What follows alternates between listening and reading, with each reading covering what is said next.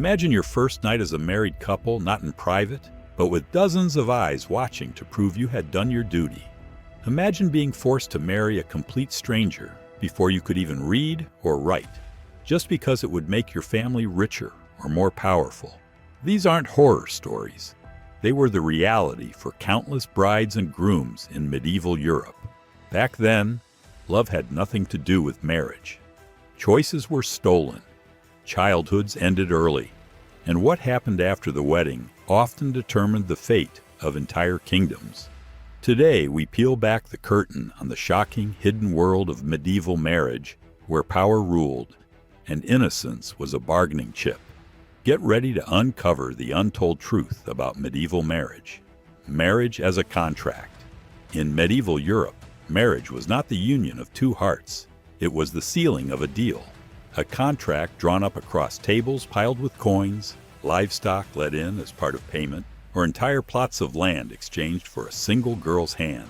Parents, lords, and kings pulled the strings, arranging matches that would shift alliances, end feuds, or build empires.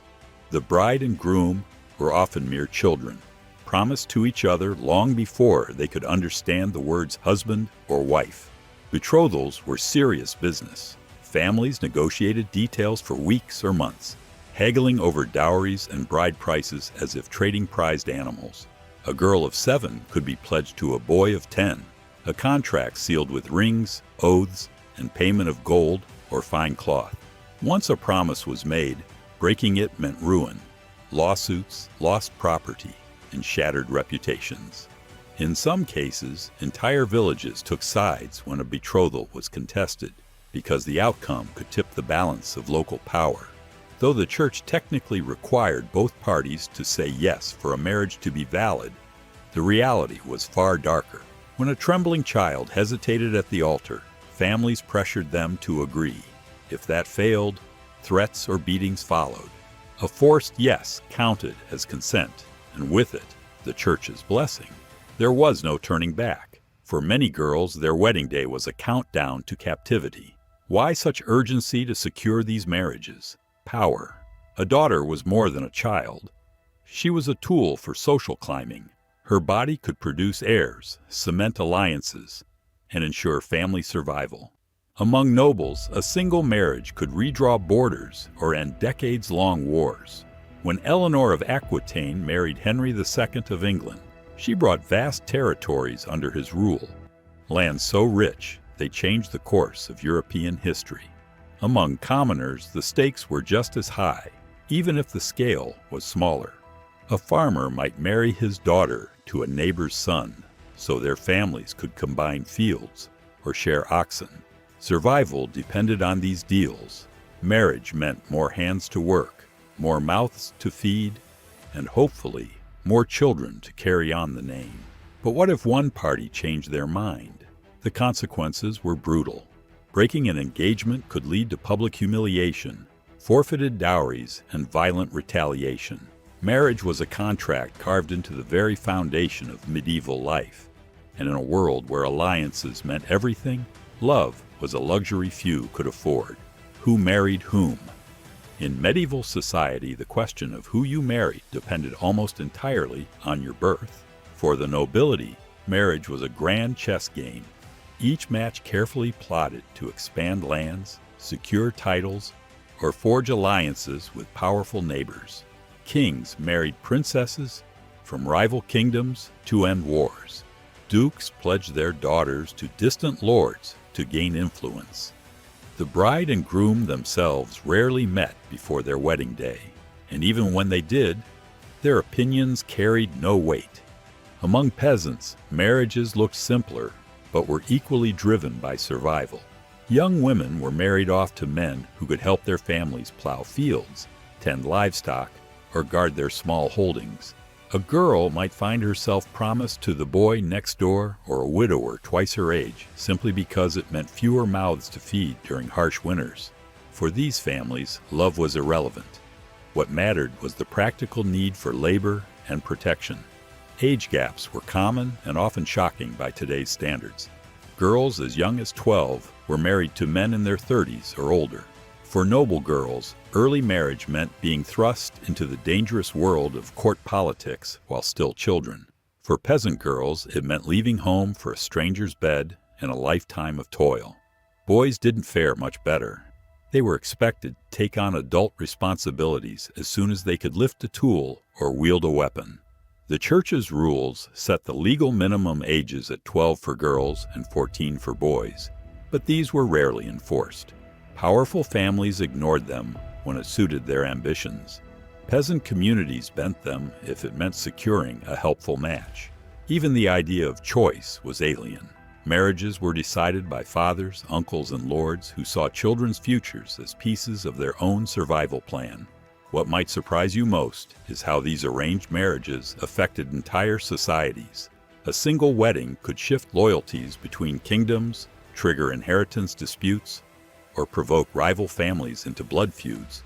One girl's hand in marriage could decide the fate of thousands, and whether noble or peasant, every bride and groom carried the crushing weight of family expectations, ceremony, and rituals. When the wedding day finally arrived, everything about it screamed spectacle, not sentiment.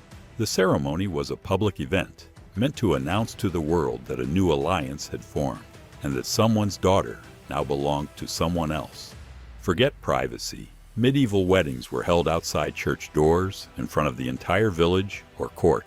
The priest stood between the couple and the sacred building, reciting vows while neighbors, friends, and enemies gathered to watch. A bride stood to the left of the groom, just as many do today. But in the Middle Ages, this position carried a heavy meaning.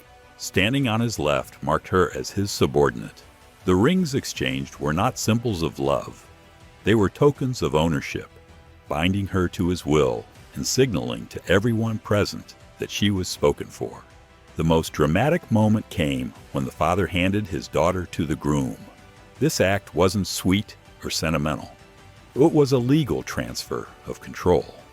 From that moment on, the bride's father lost his authority over her, and her husband gained it completely.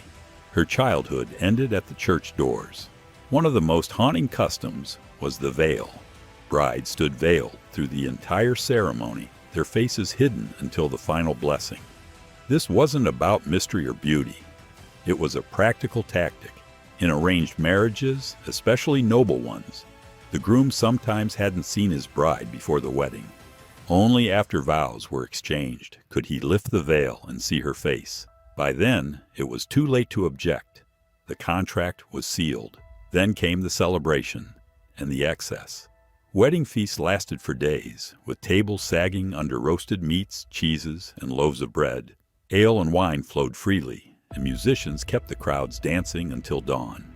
For nobles, guests arrived from across kingdoms, dressed in extravagant clothes, eager to witness the new alliance and show off their own wealth. Peasant weddings were simpler, but no less raucous, with villagers gathering in fields or barns to share what food they had and toast the couple until their legs gave out.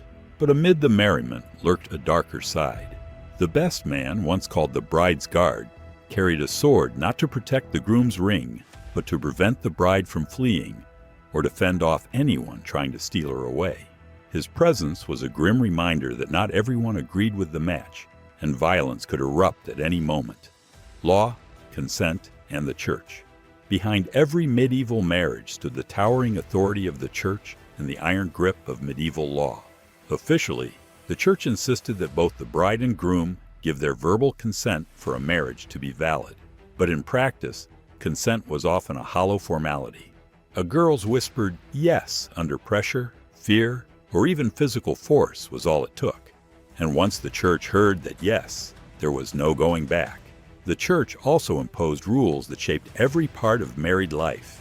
It dictated who could marry whom, forbidding unions between close relatives and banning marriages outside the faith. But these prohibitions were inconsistently enforced, especially among nobles who could pay for special dispensations or hide inconvenient truths. The right marriage could secure a dynasty, the wrong one could spark a war. Beyond who could marry, the church controlled how married couples behaved. It taught that marriage was sacred, but also that women owed complete obedience to their husbands. Passages from the Bible, like wives, submit to your husbands, were read aloud during ceremonies, cementing a wife's lower status from day one. Husbands promised to protect, but wives promised to obey. And breaking that promise could be seen as defying God himself. If problems arose, the options were bleak. Divorce was nearly impossible. The church viewed marriage as a permanent sacrament, dissolvable only under rare circumstances like proven impotence, a vow of celibacy, or consanguinity revealed after the wedding. Abuse, betrayal, or sheer misery weren't reasons enough. For most women trapped in violent or loveless marriages, there was no escape. Their families often refused to take them back, fearing scandal and lost dowries, and the community shunned any woman who tried to leave. Legal power backed up these religious teachings. A husband had the right to moderately discipline his wife, a vague standard that left women vulnerable to unchecked violence. Courts rarely intervened unless the abuse caused public outrage. The law, the church, and social norms worked together to keep marriages intact, no matter the suffering inside them. This tangled web of rules, expectations, and punishments made medieval marriage a cage for many, one that held firm with the blessing of both king and cross. Daily life inside medieval marriage. Once the vows were spoken and the feasts ended, reality set in. For most medieval women, marriage was not the beginning of a fairy tale, but a life of endless work, strict roles, and constant pressure. From the moment she entered her husband's home, a wife's days were filled with labor. Peasant women rose before dawn to fetch water, tend animals, prepare meals, and care for children. Even pregnant, they worked in the fields, their survival, and that of their families, depending on every seed they planted and every harvest they gathered.